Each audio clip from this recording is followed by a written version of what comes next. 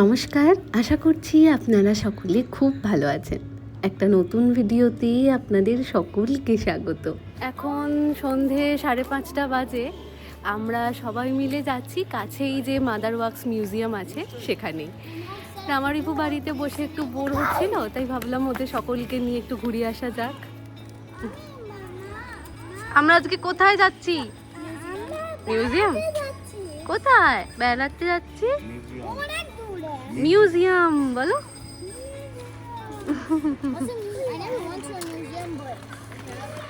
এটা হচ্ছে wax museum.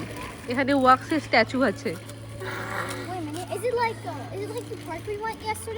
Yes, আমরা যেটা দেখে আসলাম রাস্তা দিয়ে আসবার সময়, ওইটাতেই যাচ্ছি আজকে ঘুরতে।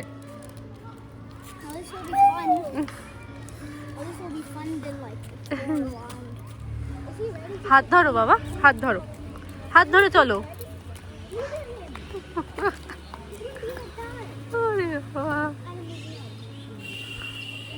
এই কেমন সুন্দর হাত ধরে যাচ্ছে। তুমিও হাত ধরে চলো রিভু। রিভু, দাদা ভাই কিন্তু দাদুর হাত ধরে নিয়েছে। রাস্তায় বেরোলে রিভু অতটা হাত ধরে চলতে পছন্দ করে না, ও নিজের মনের মতনই যেতে ভালোবাসে। কিন্তু ওকে যদি বলা হয় দাদা ভাই এই কাজটা করেছে, তখন দেখি ও আবার মন খুশি করে সেই কাজটা করে। এই যে আমরা চলে এসেছি মাদার ওয়াক্স মিউজিয়ামের সামনে। এটা হচ্ছে ইকো পার্কের গেট নাম্বার 2 এর ঠিক উল্টো দিকে। তবে আজকে আমাদের সাথে ছোটদি বা রাজা দুজনেই আসেনি, কারণ রাজার তো ওইদিকে অফিস চলছে, আর ছোটদিও একটু অফিসিয়াল কাজের জন্য আজকে বাইরে গেছে বিরাটিতে। তো সেই জন্য ছোটদি আসতে পারেনি। আপনারা অনেকেই আমার ইকো পার্কের ভিডিওর কমেন্টে বলেছেন মাদার ওয়াক্স মিউজিয়ামে বাচ্চাদেরকে নিয়ে আসার জন্য। আমিও জানেন তো, এত বছর কলকাতায় আছি আর এতটা কাছে মাদার ওয়াক্স মিউজিয়াম কখনো আসা হয়নি। আপনাদের কমেন্ট পড়বার পর আমারও মনে হলো, তাই সকলকে নিয়ে আজকে চলে এসেছি মাদার ওয়াক্স মিউজিয়ামে।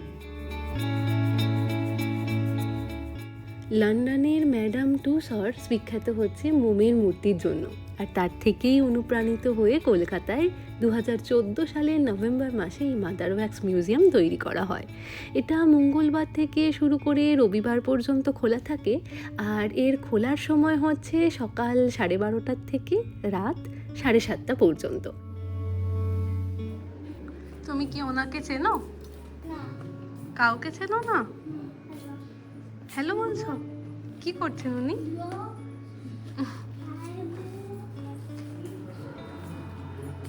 আইনস্টাইন। কি কাজ না, এমন ভাবে ওনারা দাঁড়িয়ে আছেন, মনে হচ্ছে এমনি দাঁড়িয়ে আছেন, কোনো স্ট্যাচু। কি অপূর্ব। নাম বলতে পারবে তুমি এনার? নেতাজি সুভাষচন্দ্র বোস। আমি বুঝতে পারছি না। বুঝতে পারছো না? তোমাকে এখনো পড়াইনি? রামা রিভুর তুলনায় একটু বড় তো, তাই ও সকলকেই চিনতে পারছে। কিন্তু রিভু অনেকটাই ছোট, ও সবে নার্সারিতে পড়ে। ABCD আর 1 থেকে 20 এটাই ওর গণ্ডি। আর এই গণ্ডির বাইরে বেরিয়ে পৃথিবীর সমস্ত বিশিষ্ট মানুষদের চিনতে পারার এই মিউজিয়ামটাই হাতে খড়ি বলতে পারেন। চলুন, আমরা এখন ঢুকে পড়েছি স্পোর্টসের দুনিয়ায়। প্রথমেই ছিল ক্রিকেট আর তারপর ফুটবল।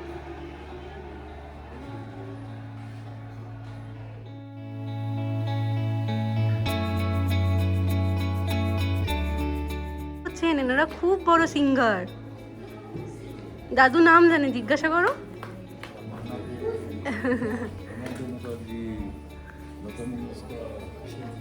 হ্যাঁ, সকলে আছেন। এতক্ষণ অবধি যতগুলো মোমের মূর্তি দেখলাম, প্রতিটা মূর্তির ডিটেলিংগুলো এতটাই সুন্দর। কাছ থেকে দেখলে ওনাদের মুখে বয়সের ছাপ, এমনকি হাতের খাঁজ, নখ, সমস্ত কিছু স্পষ্টভাবে বোঝা যাচ্ছে। এতটাই প্রাণবন্ত লাগছে যেন মনে হচ্ছে উনি এক্ষুনি আমাদেরকে গান করে শোনাবেন। ও, আপনাদেরকে তো বলাই হয়নি, এই মিউজিয়ামে প্রবেশ করবার জন্য প্রবেশ মূল্য প্রতিটা পার্সন, মানে পার পার্সন 250 টাকা করে পড়ে। আর সোমবার এই মিউজিয়াম কিন্তু বন্ধ থাকে। কোন প্রাণবন্ত চোখ দুটো লাগছে।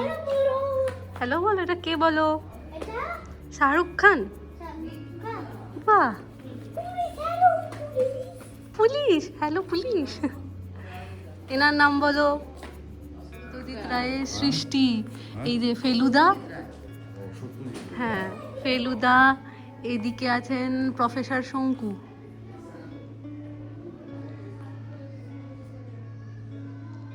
এই যে নিচে গুপি গাইন, বাঘা বাইন, সমস্ত কিছু, চারুলতা।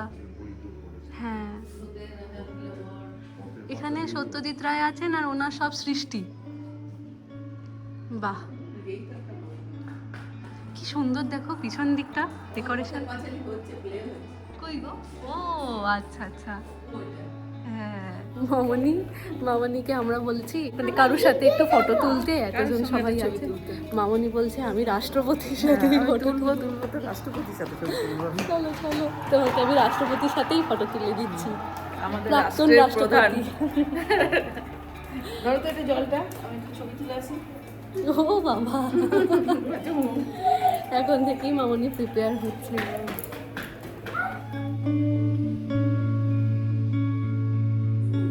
তোমরা খুশি হয়েছো? Are you happy Rama? Michael Jackson. Yes, তুমি যাও ফটো তুলতে। মিউজিয়ামে ঢুকেই আমরা প্রথমে 5th ফ্লোরে চলে গিয়েছিলাম, ওখানটা ভালো করে ঘুরে নিয়েছি। এখন এসেছি 4th ফ্লোরে, যার শুরুই হচ্ছে হলিউডের নানান রকমের তারকাদের দিয়ে। রামার এই জায়গাটা ভীষণ পছন্দ হয়েছে, কারণ ও সকলকেই চিনতে পারছেন ড্যানিয়েল ক্রেইগ। আপনারা হয়তো অনেকেই ওনাকে জেমস বন্ডের চরিত্রে দেখেছেন, আর তাছাড়াও ওনার সেই বিখ্যাত 2 নীল চোখও কিন্তু এখানে স্পষ্টভাবে বোঝা যাচ্ছে। এখানে রয়েছেন ব্রুসলি, আর প্রত্যেকটা মূর্তির পাশেই একটু করে জায়গা করে দেওয়া রয়েছে যাতে আপনি আপনার পছন্দের মূর্তি বা চরিত্রের সাথে একটু ফটো তুলতে পারেন। যাবে? ঘোস্ট আছে ওদিকে, সব ভূত বানানো আছে। মামনি যাবে কি? হ্যাঁ, ভয় পাচ্ছ তোমরা? দেখ কি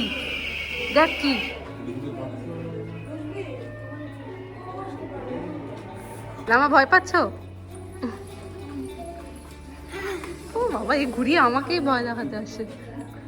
এই দেখো কারা বসে আছে।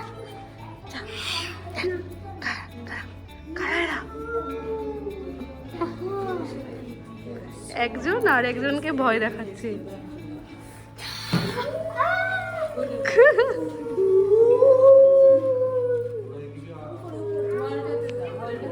এদিকে আসো, দেখো। Oh my God!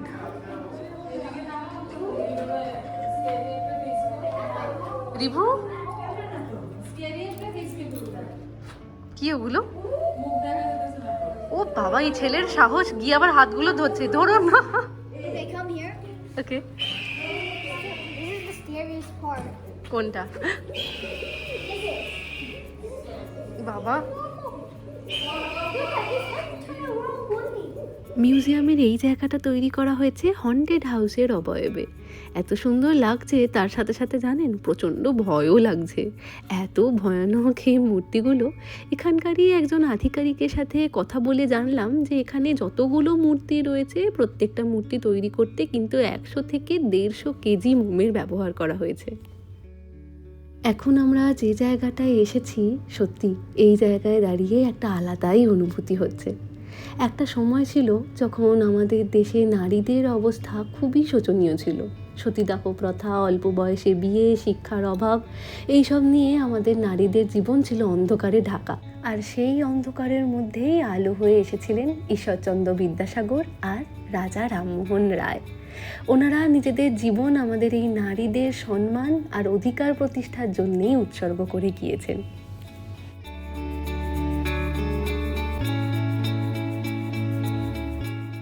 সমস্ত মিউজিয়াম ঘুরে অবশেষে আমরা পৌঁছে গিয়েছি ফ্যান্টাসি অ্যাডভেঞ্চারের দুনিয়ায়। সকলে তো পছন্দ করবেই, কিন্তু তার সাথে সাথে এই জায়গাটা বাচ্চাদের আবার ভারী পছন্দের।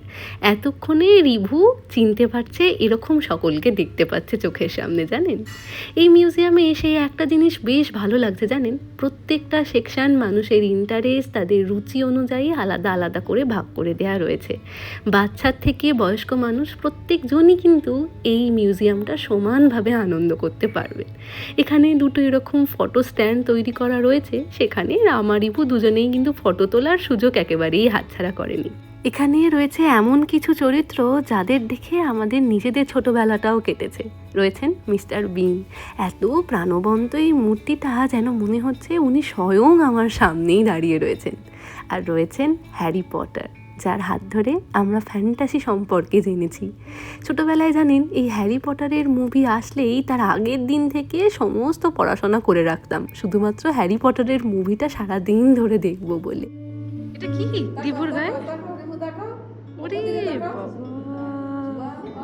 মামনিও দাঁড়িয়ে পড়ে রিভুর পাশে। আমি তো রিভুকে খুঁজে পাচ্ছি না, এই দেয়ালের মধ্যে রিভু আছে? আমাদের মিউজিয়াম ঘোরা হয়ে গিয়েছে, আমরা বেরিয়ে পড়লাম। দারুণ হাওয়া, কেমন লাগলো বলো? দারুণ। চলো এবার একটু খাওয়া দাওয়া করা যাক। সামনেই নিউ টাউন কফি হাউস তুমি আমি গিয়েছিলাম, ওখানে একবার বড়দিকেও নিয়ে যাই। মিউজিয়ামের বাইরেও কিছু খাবার জায়গা রয়েছে, আর তার সাথে সাথে এখানে একটা সাদা রঙের ট্রামের অবয়বেও তৈরি করা রয়েছে একটা ক্যাফে। তবে আজকে আর এখানে যাব না, অন্য কোনো দিন এসে এখানটা ঘুরে যাব। ও বাবা, উঠেও পড়েছে।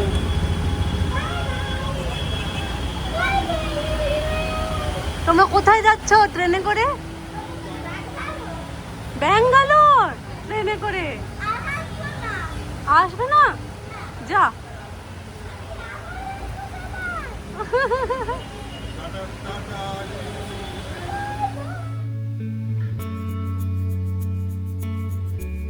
চলো আবার সেই চেনা জায়গায়। আমরা দুজনে এসেছিলাম একবার, খুব জোর খিদে পেয়েছিল, এবার সবাই মিলে এসেছি। তাও রাজা এবারে নেই, রাজার সর্দি, ওদেরকে নিয়েও একবার আসবো। আজকের এখানকার খাবারে নেওয়া হয়েছে বাচ্চাদের জন্য ফ্রেঞ্চ ফ্রাই আর ফিশ ফিঙ্গার, আমাদের জন্য নেওয়া হয়েছে ফিশ ফ্রাই আর কফি। এখানকার ফিশ ফ্রাইটা এত ভালো খেতে, এর আগের বারেও যখন এসে খেয়েছিলাম সেই স্বাদ ভোলার নয়। কেমন লাগছে?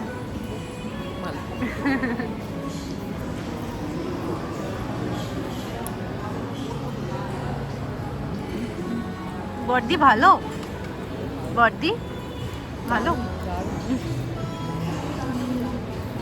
মাদার ওয়্যাক্স মিউজিয়াম থেকে সকলের জন্য কিছু না কিছু কিনেছি, আর রাজার জন্য নিয়েছি এই কিরিংটা।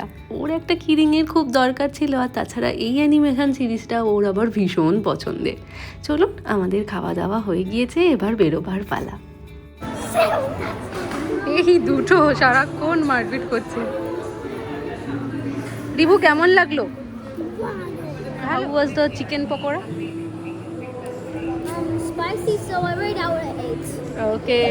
I mean 8.7. And how was the French fry? 10 out of 10. Oh. Review, French fry কেমন ছিল? ভালো। ভালো? খুব। অনেক কিছু ভালো হয়েছে। আচ্ছা, চলো এবার বাড়ি যাই। চলো বাড়ি যাই। ওরে বাবা রে, বসো, ফটো তুলবো। চলুন, কফি হাউসের থেকে কফি খাওয়া হয়ে গিয়েছে। আর এই যে দুষ্টু দুটোকে দেখুন। এই যে এখন বাজছে 8:45। আমার ঘড়িটা যদিও বা একটু ফাস্ট, বাইরের দিকে খুব সুন্দর আলো জ্বলছিল, ধীরে ধীরে আলোগুলো অফ করা হচ্ছে। চলুন আজকের ভিডিওটা তাহলে এখানেই শেষ করছি। আজ তাহলে আসি, আবার আসবো নতুন একটা ভিডিও নিয়ে। ততক্ষণ সকলে সুস্থ থাকবেন, সচেতন থাকবেন, আর সকলের খেয়াল রাখবেন। ভালো লাগলে ভিডিওটাকে একটা লাইক করে চ্যানেলটাকে সাবস্ক্রাইব করতে পারেন।